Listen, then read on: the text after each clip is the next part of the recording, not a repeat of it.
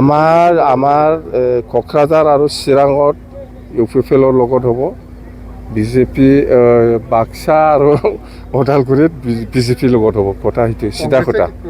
কংগ্ৰেছ আসন নাপায় কংগ্ৰেছে এটা চান্স আছে যদি পায় শ্ৰীৰামপুৰ আছে কংগ্ৰেছৰ আৰু UDFৰো স্কোপ নাই UDF কংগ্ৰেছ একে শ্ৰীৰামপুৰত পাব পাৰে কোনোবা এটা দলে কিন্তু UPPL হিচাপে আজিৰ দিনত কোনো চিট জিকাটো মই দেখিবলৈ পোৱা নাই যদি পাই লাকিলি ক'ৰবাত এটা দুটা পাব পাৰে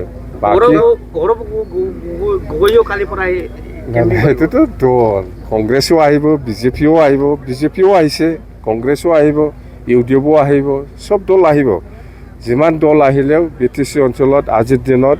সবতকৈ ষ্ট্ৰংটো হ'ল BPF নেক্সটত বিজেপি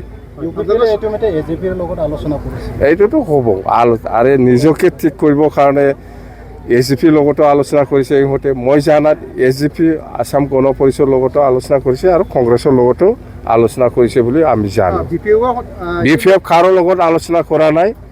অকলে নিৰ্বাচন খেলিব বাছ সমৰ্থন দিবৰ কাৰণে AGP আৰু BJP বিভিন্ন দলে নাই এইটো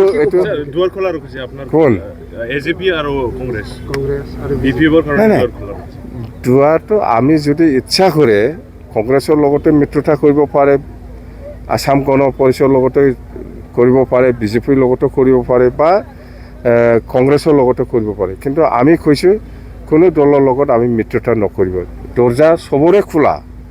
সবৰে খোলা আছে আমি জানো কিন্তু আমি মিত্ৰতা নকৰি পেলাই অকলে নিৰ্বাচন খেলিব বুলি ঘোষণা কৰিছে